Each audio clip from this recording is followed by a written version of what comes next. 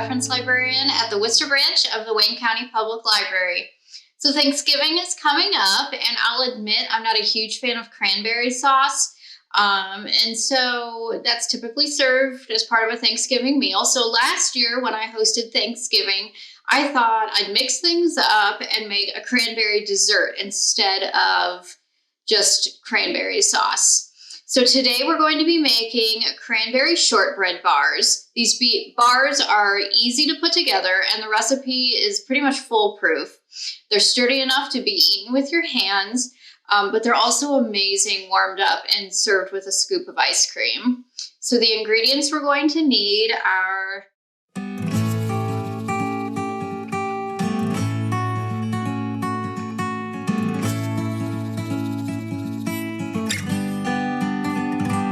two cups of butter. That's 4 sticks. You want it to be room temperature. We have 1 1/4 cups of granulated sugar.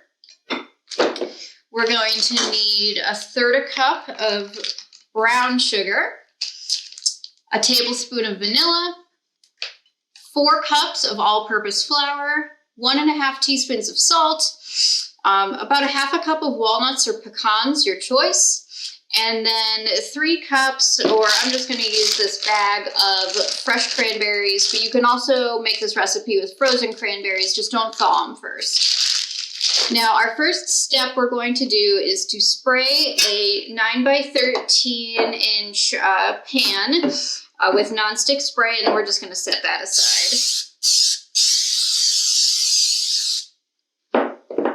All right.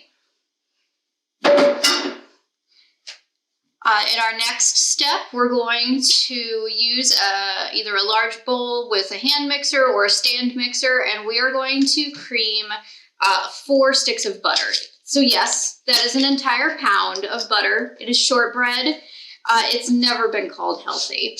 So we're going to add these and beat the butter until it is smooth and creamy, and we're going to make sure that we scrape down the sides and the bottom of the bowl. So let's do that. All right, now that our butter is nice and creamy, we're going to add our 1/3 cup of brown sugar and 1 1/4 cups granulated sugar. We're going to beat this again until the mixture is light and fluffy. The sugar wants to be well incorporated into the butter. So again, make sure we scrape the sides and the bottom before moving on to our next step. Next, we're going to add in 1 1/2 teaspoons of salt and 1 tablespoon of vanilla.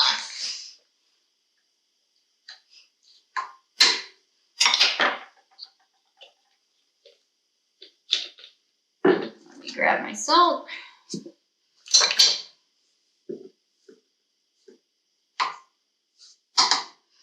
And again, we're going to mix to combine.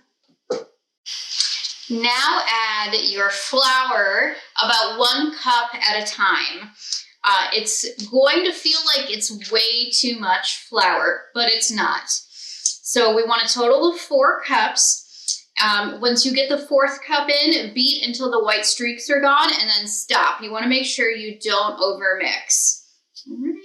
All right, now that we're fully incorporated all of our ingredients so far, we are going to add about 2/3 of the dough to our prepared 9 by 13 inch pan, and we're just going to eyeball it. We're going to press the mixture evenly into the pan about 1 inch up the sides. Now, I usually wet my hands with just a smidge of water, and that way the dough won't stick to you so much. Right now, I'm just kind of smushing up the sides. Honestly, it's a lot like working with wet sand. I know that's not very appetizing, but it's a little bit what shortbread feels like if you've never made it before. I've gone ahead and washed all of my cranberries and removed any stems or, the squishy ones. And now I have some nice fresh cranberries. We're going to pat them dry. And then we're just going to top the dough that we placed in our pan with them, and we're going to spread them out to even the edges. It is a lot of cranberries. Voila. Already looks pretty. All right, in our next step, we are going to take a half a cup of either walnuts or pecans. We want them to be chopped if they aren't already. And we're gonna add that to that remaining third of our dough that we had already made. We're gonna beat that and then we're gonna add it to the top. So let me go do that. I don't know what I'm saying. My pecans or walnuts, your choice, are mixed into my remaining dough. And now what I'm going to do is just grab chunks of dough, kind of ball them up, and about a quarter size, and just plop them on top of our cranberry pan. I like to do some bigger and some smaller. This gives it kind of that pretty texture at the top rather than just a solid bar. And when this is done, we are going to refrigerate our pan for about 20 minutes. So cold shortbread going into a hot oven makes for the best texture. All right. Well, I'm going to keep making my little balls of shortbread dough to place on top. You can see what I've done so far. I'm going to cover this with what's remaining, and then I will be back to bake these. So my bars have chilled in the refrigerator for about 20 minutes. Now, while the bars were chilling, I set my oven to 350 degrees, and now we are going to bake these for about 42 to 45 minutes. So just a note of warning though, it's going to take a shorter amount of time if you're using a metal pan. You'll know when these are done because they'll be golden brown and the top will just crumble and be that nice golden color. Make sure to start checking if they are done around the 40-minute mark and don't overbake. I've just pulled the bars out of the oven. They look and smell amazing. Now we're going to let these cool for about 10 to 20 minutes before we start cutting and serving them. But you can serve these warm or at room temperature, and a scoop of ice cream or a drizzle of caramel doesn't hurt either.